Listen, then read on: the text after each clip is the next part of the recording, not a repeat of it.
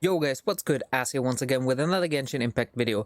So today I wanted to show you how to do the 9 pillars quest and what it entails. So you get one 5-star artifact, which is big because there isn't too many for us available right now. So let's get into that.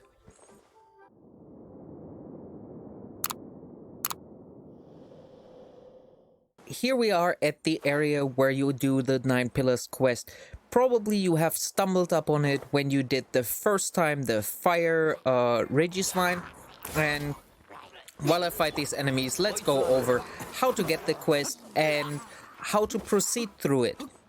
So once you stumble upon this area, this will be automatically unlocked. You will get the quest and you might be inclined to do it right away. However, you might be dumbfounded on how to actually unlock it. So all these pillars need to be unlocked with a special item. And this item you will gain every time you upgrade your statue. So in order to gain all the 9 pillars unlocked, you will need to upgrade your statue to the max level.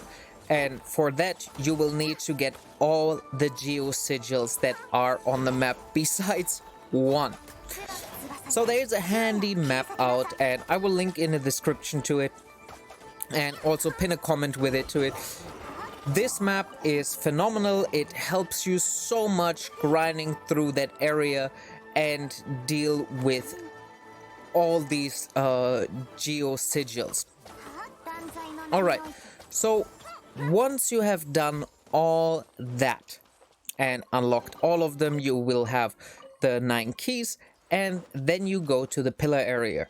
You climb up those pillars and you will see a little area that is in this orange glowy little tidbit. So here you just break the seal and you will get, every time you do it, this kind of animation. Don't worry, your character doesn't take damage, it's just for show. So there are 9 pillars in total in this area. However, one of them is placed very, very trickily, and it took a while to actually see it, because from below you can't see it, from above ground it's hard to see. So yeah, I will show you all the locations. So first we will go to all these bottom areas. So here you can see 2 pillars on the bottom, and I will just go through them, unlock them, and then I go to the next level. So this here is the first one, and you will see the little orange tile on the side here.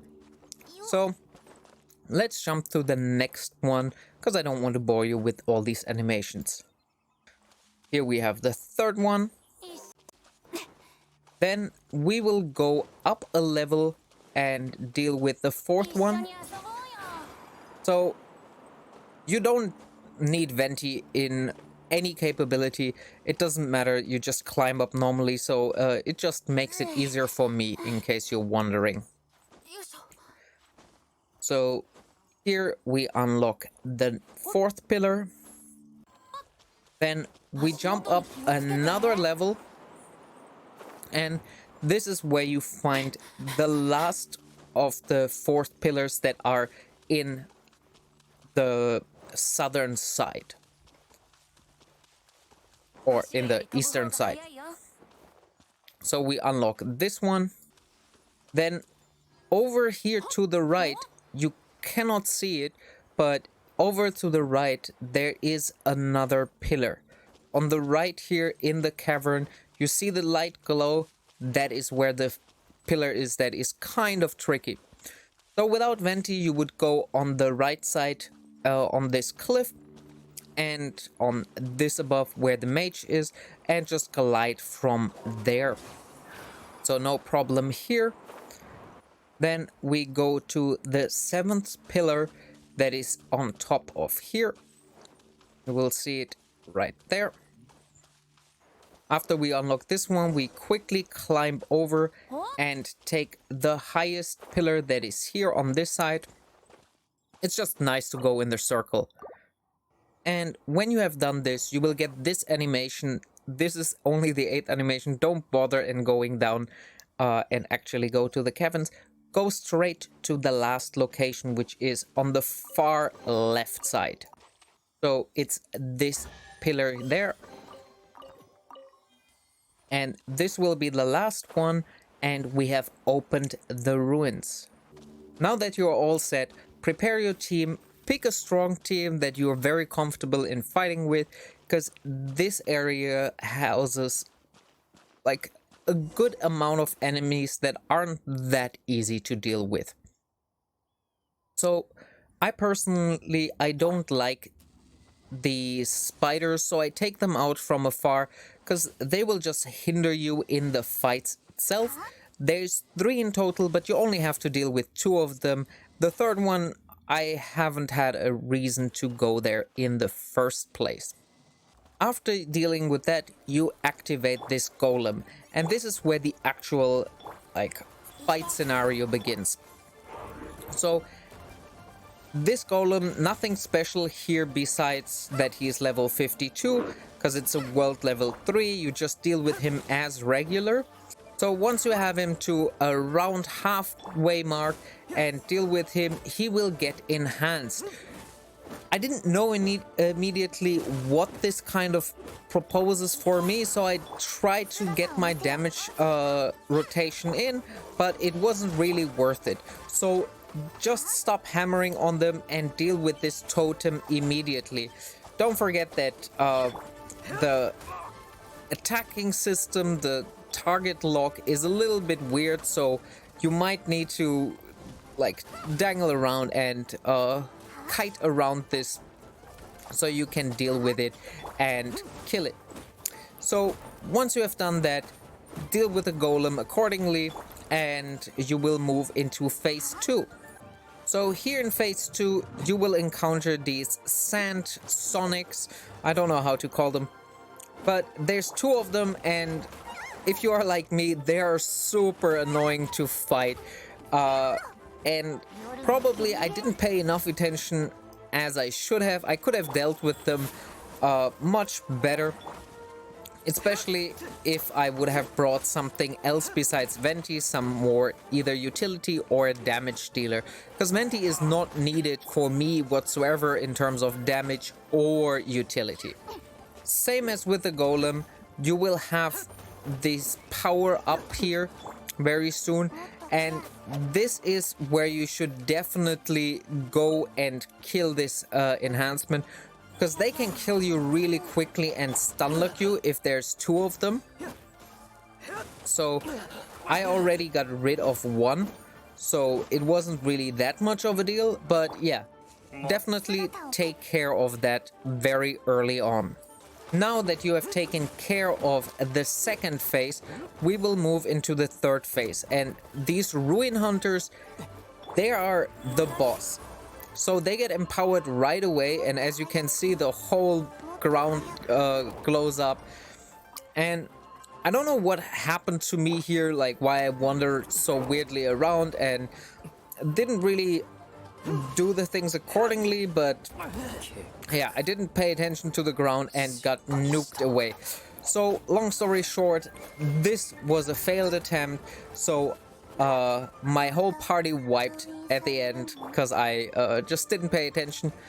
But we came back and dealt with it properly. So you can revive and you will go into the third phase immediately. So I don't know why I didn't switch teams, but it didn't matter. This time I dealt with it accordingly. Hit him once in the face and he goes down like a little girl. And then don't do what I did here in trying to attack him.